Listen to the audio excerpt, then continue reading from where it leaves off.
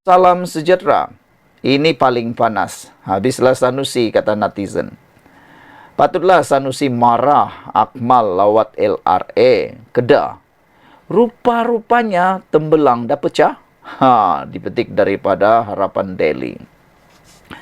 Ketua AMK Akmal Nasrullah Muhammad Nasir mendedahkan, mengapa Menteri Besar Kedah marah kepadanya apabila beliau membuat lawatan ke dua buah projek loji rawatan air LRA di negeri itu awal tahun ini. Baru-baru ini timbul isu paling panas apabila Sanusi menawarkan Pulau Pinang menawarkan bantuan air kepada Pulau Pinang atau menjual air kepada Pulau Pinang. Kata dia, mereka boleh dapatkan, Kedah boleh menawarkan minyak. Tapi Ketua Menteri Pulau Pinang kata, jaga dulu air di Kedah, baru nak sibuk cerita tentang air di Pulau Pinang. Kerana kata mereka, air di Kedah juga ada masalah, teruk juga. Tapi Sanusi cuba pula nak bercerita tentang air di Pulau Pinang. Itulah ajar etik berenang, kata mereka. Nak ajar orang lain sendiri pun ada masalah yang sama. Menurut Akmal, Datuk Seri Muhammad Sanusi Maknur marah kerana tembelangnya terbongkar selepas LRA Bukit Selambau dan LRA Sungai Limau tidak siap-siap sehingga sekarang. Terkejut kita kan? Ini baru kita tahu. Menurut Akmal ni ialah Ketua AMK yang juga menteri. Beliau kata, tembelang Sanusi terbongkar selepas LRA Bukit Selambau dan LRA Sungai Limau tidak siap-siap sehingga sekarang. Wah, ini hebat. Katanya, kerja pembinaan dua buah LRA berkenan yang sepatutnya siap pada April lewat sehingga 30 hingga 50% daripada jadual yang ditetapkan. Rupa-rupanya projek LRA ini sepatutnya siap pada April lalu. Tapi sampai sekarang lewat sekitar 30 hingga 50%. Jadi Sanusi tak tahukah hal ni? Kita tertanya-tanya jugalah kan, saya baru tahu hal ni. Nasib baik Akmal mendedahkannya. Sanusi tak tahukah tentang hal ni? Ini yang betul-betul kita nak tahu. Kata Akmal, bila saya terangkan masalah ini pada Februari lalu, semasa saya kongsi hasil lawatan, Menteri Besar Kedah dilihat marah sangat. Saya tengok dia marah sebab apa? Mungkin saya ingat dia marah kontraktor. Rupanya dia marah sebab saya turun dan tak jemput beliau ketika membuat lawatan tapak sebelum ini. Itu yang dia marah sangat. Ngamlah. Netizen setuju lawatan mengejut seperti ini. Komen lah. Kita pun mau juga. Saya harap adalah menteri-menteri yang buat lawatan mengejut di kawasan kami, seperti yang dibuat oleh Akmal ni, atau ahli-ahli parlimen, di manapun kawasan anda, menteri kah, bukan menteri kah, adun, di manakan kawasan anda, cepat buat lawatan mengejut. Di mana-mana di kawasan-kawasan, di pejabat-pejabat kerajaan, cepat buat lawatan, biar mereka tahu, biar ahli-ahli parlimen, menteri-menteri ini tahu keadaan sebenar di bawah ini. Betul-betulkah apa yang mereka fikirkan atau lain yang betul-betul berlaku di bawah ini? Buatlah lawatan mengejut seperti yang Akmal buat ini. Barulah orang tahu, barulah tembelang sebenar boleh terbongkar. Macam cerita LRA inilah kan.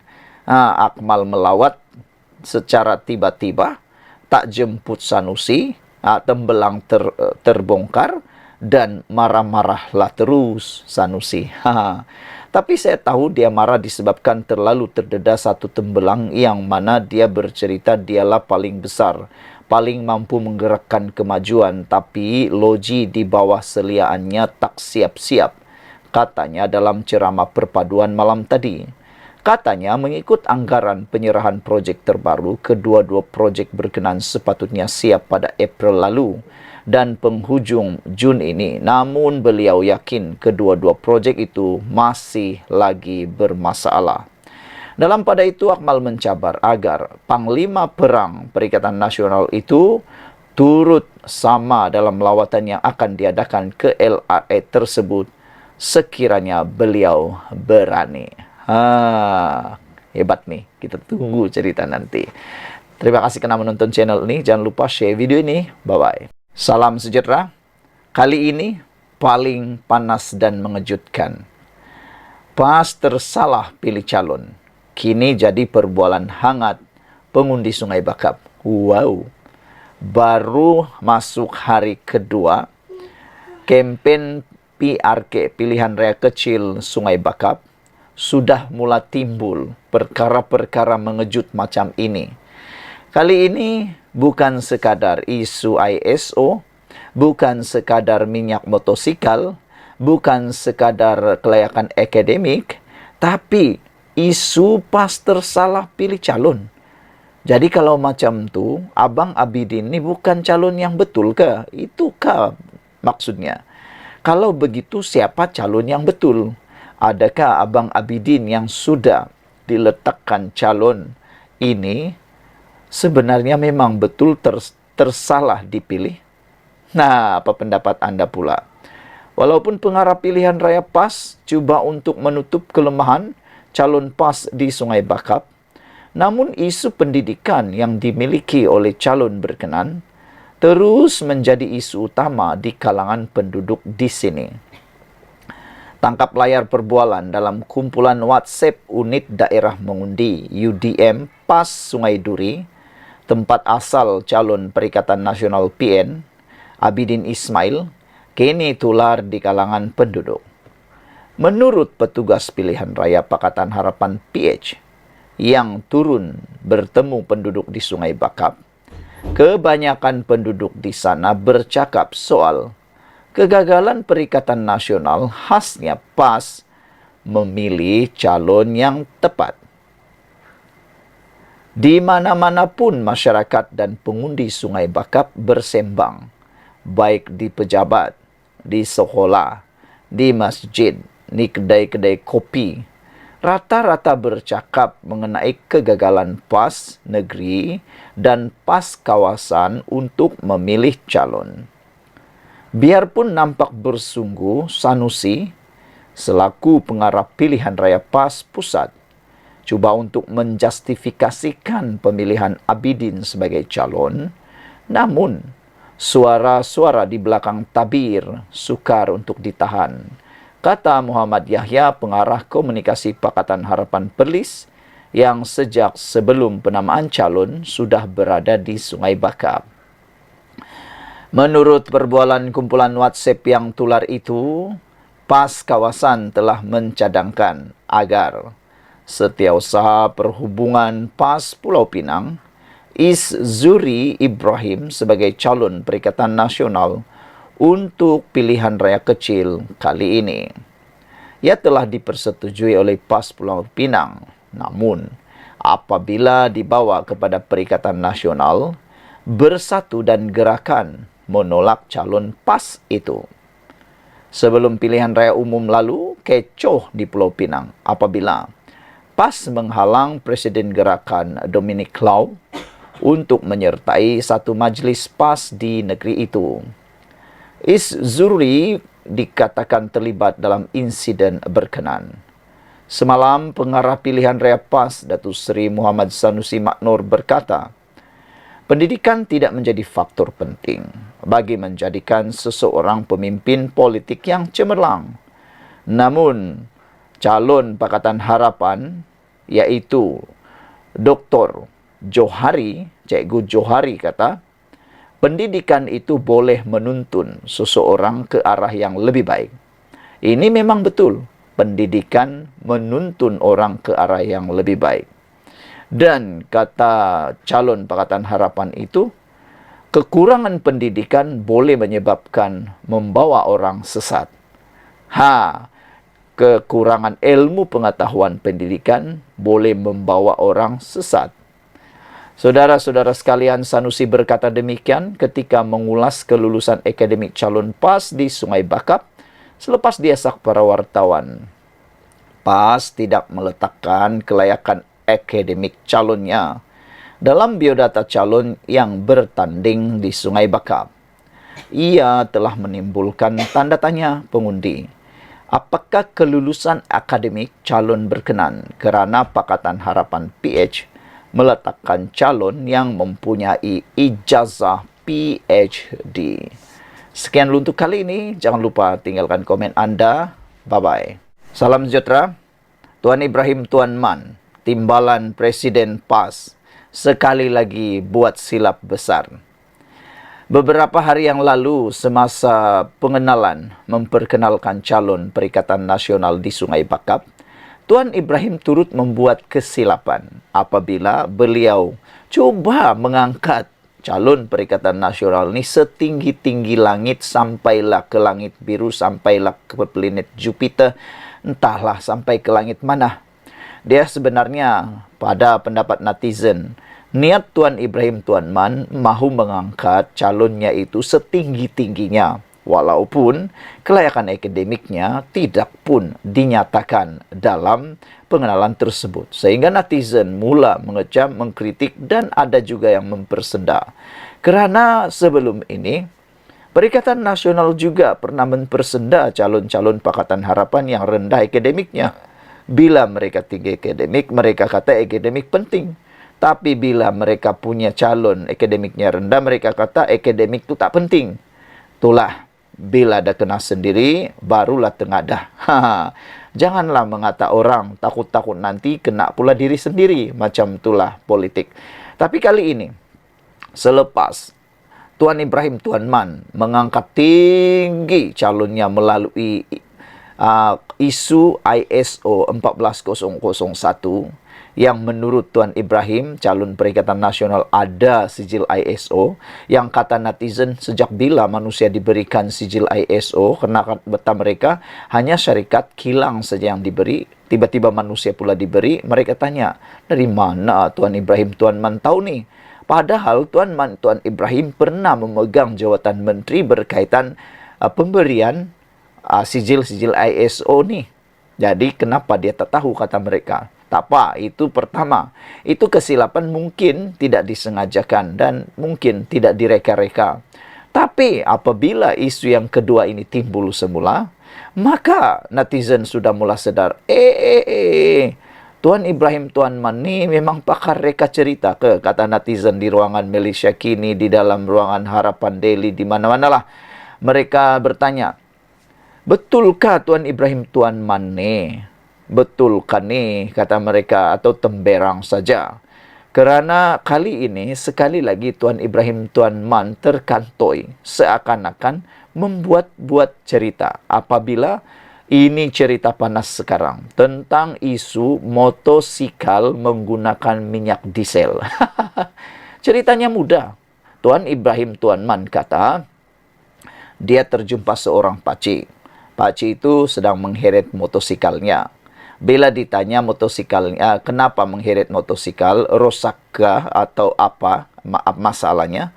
Pakcik itu kata, dulu isi RM5 minyak cukup dari tempat kerja ke rumah. Tapi sekarang ini akibat peningkatan harga minyak diesel, RM5 tak cukup. Jadi terpaksa setengah jalan mati moto, kena minyak tak cukup, terpaksa heret moto pulang. Itu cerita Tuan Ibrahim Tuan Man. Tapi netizen lain pula yang mereka nampak. Bukan sedih, bukan kecewa, bukan simpati, tapi mereka geram. Kenapa? Mereka pun tertanya-tanya, pakcik jenis apa yang menggunakan motor mengisi minyak diesel? Adakah di Malaysia ni motor yang isi minyak diesel? Motosikal yang isi minyak diesel ni tak tahulah, setakat yang saya tahu, tiadalah. Tak tahulah kalau yang sudah bernilai jutaan ringgit. Mungkin ada. Tapi kalau itu motor bernilai jutaan ringgit, apalah sangat RM5 tu kan. Tapi saya rasa moto ni merujuk kepada motosikal kapcai. Pacik-pacik lah katakan kan. Tapi bila masa pula minyak kapcai, motosikal kapcai ini guna diesel. Itu yang netizen kata, apa punya Tuan Ibrahim Temberang ni terkantoi lagi, kata mereka. Mereka mahu Tuan Ibrahim Tuan Man buktikan apa motosikal yang guna minyak diesel.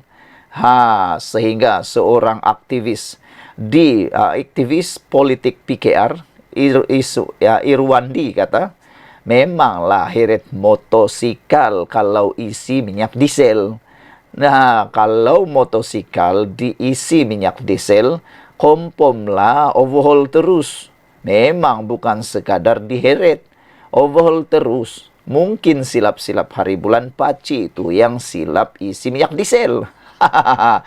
Jadi Tuan Ibrahim Tuan Man, kalau nak cerita-cerita tu, cubalah pandang kiri kanan dulu ya. Jangan sampai tersilap mereka cerita, kata netizen. Temberang juga, kata seorang lagi netizen. Saudara, Tuan Ibrahim Tuan Man diminta memberi bukti apakah jenis motosikal yang digunakan oleh rakyat negara ini yang menggunakan diesel. Ini kerana ketika memberikan ceramahnya di Sungai Bakap, beliau memberikan contoh bagaimana seorang pakcik telah berhenti di tengah jalan kerana kehabisan minyak. Menurut cerita Tuan Ibrahim Tuan Man itu, dalam ceramah itu saya teringat ada seorang pakcik, dia heret motor. Saya tanya, kenapa pakcik? Motor rosak ke? Kata Tuan Ibrahim. Tak, habis minyak. Dulu letak RM5 sampai rumah. Sekarang bubuh RM5 tak sampai rumah. Menurut cerita Tuan Ibrahim. Kata beliau, itulah akibat dia. Kata ahli parlimen daripada PAS itu ketika mengkritik pemberian subsidi diesel bersasar berbanding subsidi pukal oleh kerajaan. Ekoran ucapan itu, ramai netizen tertanya-tanya, motosikal mana di Malaysia ni yang pakai minyak diesel? Apa jenamanya? Dari mana motosikal importnya tu? Kena motosikal keluaran Malaysia, seingat saya belum ada yang menggunakan minyak diesel. Aduh, pening kepala juga kita mendengar cerita Tuan Ibrahim ni. Aktivis media PKR Iswardi Morni pula berkata pakcik tu terpaksa menolak motornya kerana tersalah masukkan minyak diesel ke dalam motosikalnya yang sepatutnya menggunakan petrol. Nak bagi tahu Tuan Ibrahim Tuan Man, pakcik naik motor tu tak sampai sebab enjin rusak. Masuk diesel dalam tangki, kompom lah overhaul, tulis beliau. Nampak sangat cerita rekaan buat bahan kempen. Kaki temberang betul, kata Muhammad ketika mengulas pandangan Iswardi itu. Saudara-saudara sekalian, isu ini sekarang memang top. Isu ini memang sekarang ini memang di mana-mana. Sebab kata mereka, sudah-sudahlah nak memutar cerita rekaan. Sudah-sudahlah nak memutar lagi. Aku takut nanti kali ketiga buat silap lagi. Sebab yang pertama isu ISO 14001. Sekarang isu minyak motosikal diesel. Ini kali kedua. Tak apalah, kali pertama mungkin silap. Kali kedua ialah terima sajalah kesilapan.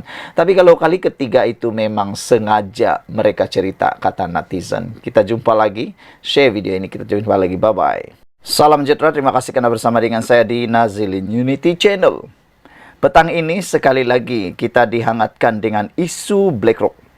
Kalau kemarin dinyatakan supaya dicabar Perikatan Nasional dan KJ Khairi Jamaluddin yang pura-pura jadi hero berkait isu ini supaya melepaskan jawatan yang berkaitan dengan syarikat BlackRock, sama ada itu kontrak atau gaji penuh ataupun sebagai pengarah atau sebagainya, PN dan KJ dicabar lepas jawatan untuk syarikat yang ada berkaitan dengan BlackRock. Kerana seorang netizen telah pun membongkar, mendedahkan bahawa mereka mempunyai beberapa kaitan dengan BlackRock sebagai pemegang jawatan-jawatan yang tertentu. Anda boleh rujuk itu dalam kupasan di channel ini dan juga di dalam terbitan-terbitan berita online. Hari ini, sekali lagi, Perikatan Nasional dicabar.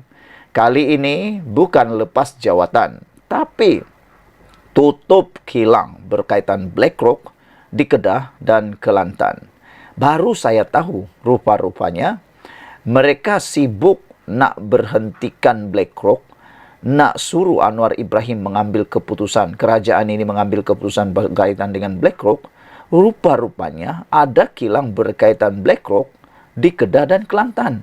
Persoalannya, beranikah Perikatan Nasional cepat-cepat, jangan tunggu esok, jangan tunggu malam ni, sekarang juga, kata netizen, suruh mereka tutup kilang di Kedah dan Kelantan. Beranikah? Jangan hanya syok sendiri mengecam kerajaan, tapi sendiri tak buat. Ajar itik berenanglah kan. Suruh orang buat tutup, tapi dia sendiri tak tutup-tutup. Naib Presiden PKR, Nik Nazmi, Nik Ahmad, mencabar Perikatan Nasional PN, menutup semua kilang milik BlackRock di Kedah dan Kelantan. Kedua-dua negeri ini dipimpin oleh Pakatan Pembangkang. Nik Nazmi mengkritik pihak yang menurutnya mempolitikkan isu berkaitan BlackRock Inc. dan menyorot bahawa isu itu tidak ditimbulkan ketika Perikatan Nasional berkuasa. Sekarang baru syok sendiri nak cabar situ dah macam-macam lah. Jadi saya nak cabar, kalau ada orang Perikatan Nasional yang nak minta kita tidak berurusan dengan BlackRock langsung, maka mereka juga kena cepat-cepat tutup kilang-kilang tersebut. Biar pekerja-pekerja tu hilang kerja dan kita boleh bincang, kata Nik Nazmi atas semasa perhimpunan kempen Pakatan Harapan PH di Sungai Bakap malam tadi. Itu salah satu kesan kalau tutup semua syarikat yang ada kaitan dengan BlackRock, kilang-kilang yang ada kaitan dengan BlackRock. Dan BlackRock sudah diberitahu mereka ni bukan dimiliki oleh Israel. Cuma ada pemegang-pemegang saham yang ada kaitan dengan Israel. Itu sebabnya mereka kata, mereka mau BlackRock itu tidak dilayan di Malaysia. Nampaknya perbuatan itu boleh menyebabkan ramai pekerja hilang kerja. Tapi beranikah Perikatan Nasional buat benda tu di negeri mereka? Kenyataan Menteri Sumber Asli dan Kelestarian Alam itu ketika di Kerajaan Berdepan bantahan terhadap rancangan pengambil alihan Malaysia Airport Holdings Berhad kerana berkaitan dengan BlackRock. Perjanjian itu menimbulkan kebimbangan tempatan kerana BlackRock sedang mengambil alih GIP, salah satu pelabur dalam konsortium yang terlibat dalam pengambil alihan saham MAHB. BlackRock ialah firma Amerika Syarikat yang mempunyai hubungan rapat dengan Israel dan melabur banyak dalam pengeluar senjata yang menyediakan senjata kepada rejim Zionis. Bagaimanapun, GIP berkata pada hari Jumaat bahawa BlackRock tidak akan terlibat dengan MAHB kerana pengurusan GIP masih ada tanggungjawab sepenuhnya ke atas syarikat itu. Pada hari yang sama, Anwar berkata, Hazanah telah berbincang dengan GIP walaupun sebelum BlackRock memperoleh pelaburan infrastruktur itu. Dia juga berkata bahawa memutuskan hubungan dengan semua syarikat berkaitan Israel yang beroperasi di Malaysia akan menjejaskan ekonomi. Kontroversi itu semakin hangat apabila Ahli Parlimen Machang Wan Ahmad Faisal Wan Ahmad Kamal memfailkan usul tergempar ke Dewan Rakyat, menggesa perbahasan segera berhubung keputusan kerajaan menjual sebahagian saham MAHB kepada GIP. PN dicabar tutup kilang berkaitan BlackRock di Kedah dan Kelantan. Jadi saudara-saudara sekalian, yang paling mengejutkan kita atau menghairankan kita ialah kenapa dulu seperti yang dikatakan oleh Nik Nazmi Nik Ahmad ini, kenapa dulu waktu mereka berkuasa mereka tidak menyorot dan tidak ditimbulkan isu ini ketika Perikatan Nasional berkuasa. Sebab dulu BlackRock sudah ada. BlackRock dah berpuluh-puluh tahun melabur di Malaysia. Jadi, kenapa dulu Perikatan Nasional tak menyorot hal ini dan tak ditimbulkan ketika mereka berkuasa? Jawab dulu soalan itu, baru diteruskan hujah yang lain. Kita jumpa lagi. Salam sejahtera, terima kasih karena bersama dengan saya di Nazilin Unity Channel. Yang ini siaplah KJ dan Perikatan Nasional. Kali ini mereka dicabar. Perikatan Nasional KJ dicabar.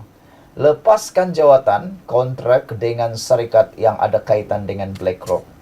Karena sebelum ini mereka galak nak pula menghantam Anwar Ibrahim kerana BlackRock. Kali ini mereka dicabar. Perikatan Nasional KJ supaya melepaskan jawatan kontrak dengan syarikat berkait BlackRock. Nah, kita tengoklah mereka ni benar-benar berjuangkah atau sekadar menunggang isu ini untuk jadikan isu kepentingan sendiri untuk politik. Perikatan Nasional dicabar untuk menyatakan pendirian secara rasmi terhadap syarikat BlackRock dan melepaskan semua jawatan serta kontrak mereka berkait dengan firma itu yang dikatakan mempunyai kaitan dengan Israel. Ketua Penerangan Angkatan Muda Harapan, Ammar Atan mendakwa, ada dalam kalangan anggota PN yang menerima gaji dari syarikat berkaitan BlackRock. Yang ini memang panas, cukup panas. Beranikah mereka menonjolkan diri dan tiba-tiba letak jawatan? Nah, kita tunggulah. Kita tunggu. Tetapi hari ini katanya PN, Perikatan Nasional, sedang menjadi kumpulan terpaling Palestin sekaligus menunjukkan hipokrasi tahap tertinggi dalam tindakan mereka. Kami mencabar Perikatan Nasional PN, nyatakan pendirian mereka secara rasmi dan melepaskan sebarang jawatan dan kontrak yang berkaitan dengan BlackRock jika mereka benar-benar komited dengan pendirian mereka. Sebagai contoh, Khairi Jamaluddin, jika beliau benar-benar menentang penglibatan BlackRock, beliau juga harus melepaskan sebarang jawatan dan kontrak yang berkaitan dengan syarikat tersebut. Ia akan menunjukkan konsistensi dan komitmennya terhadap prinsip yang beliau nyatakan. Katanya dalam satu kenyataan hari ini. Kemarin, seorang individu mendedahkan bahwa banyak syarikat di negeri Perikatan Nasional, contohnya yang mengendali lumbung emas di Kelantan, mempunyai saham BlackRock. Hotel di Terengganu baru buka tahun ini juga dikatakan ada saham BlackRock. Individu terbabit turut mendedahkan bahawa Khairi Jamaluddin dilantik sebagai pengarah CGS Internasional pada Mac 2024, di mana BlackRock memegang saham dalam CGS. Individu tersebut turut mempersoal bagaimana muka Khairi boleh terpampang dalam iklan promosi Vida Malaysia. Difahamkan BlackRock mempunyai pegangan saham dalam syarikat induk Vida Malaysia yang berpangkalan di Jepun, Diodo Group Holdings Inc. Sementara itu, Ammar menjelaskan bahawa dalam urusan terbaru melibatkan Malaysia Airport Holdings Berhad, kerajaan sebenarnya hanya berurusan dengan GIP sahaja.